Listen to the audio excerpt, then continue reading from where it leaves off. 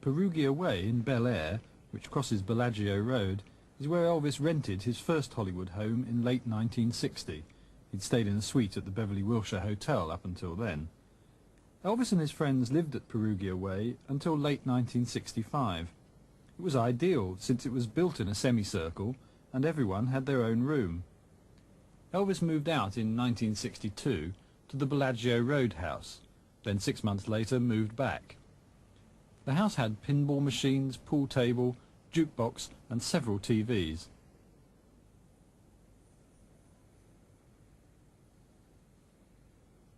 The back of the house and the pool area overlooked the golf course at the Bel Air Country Club. There are stories of Elvis and his friends buying BB guns, throwing flashbulbs into the pool and shooting at them. And one time Elvis rode his Harley-Davidson into the living room. His co-star in Viva Las Vegas, Anne Margaret, used to visit Elvis here in 1963.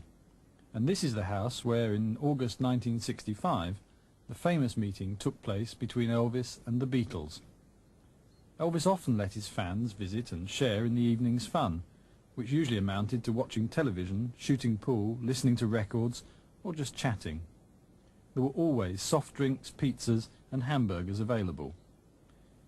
The neighbours didn't like all the fans hanging around, or scatter, or Elvis and his friends all riding their motorbikes, and often called the police.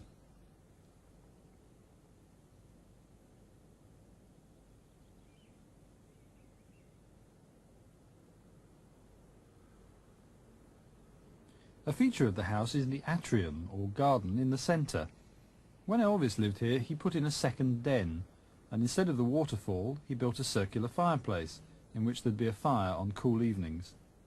There was pale tangerine carpeting and comfortable curved off-white settees with lots of cushions.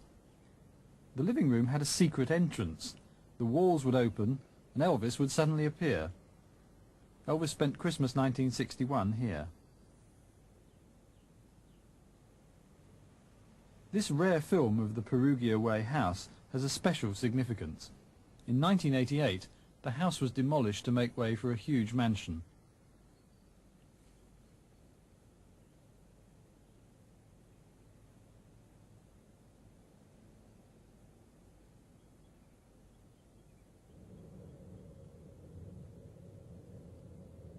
The azure skies and tall palms along Sunset Boulevard and the lovely climate of Southern California are very appealing.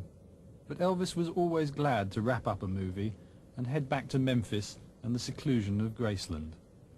He wasn't part of the Hollywood crowd and didn't like the parties and premieres that are so much a part of Tinseltown.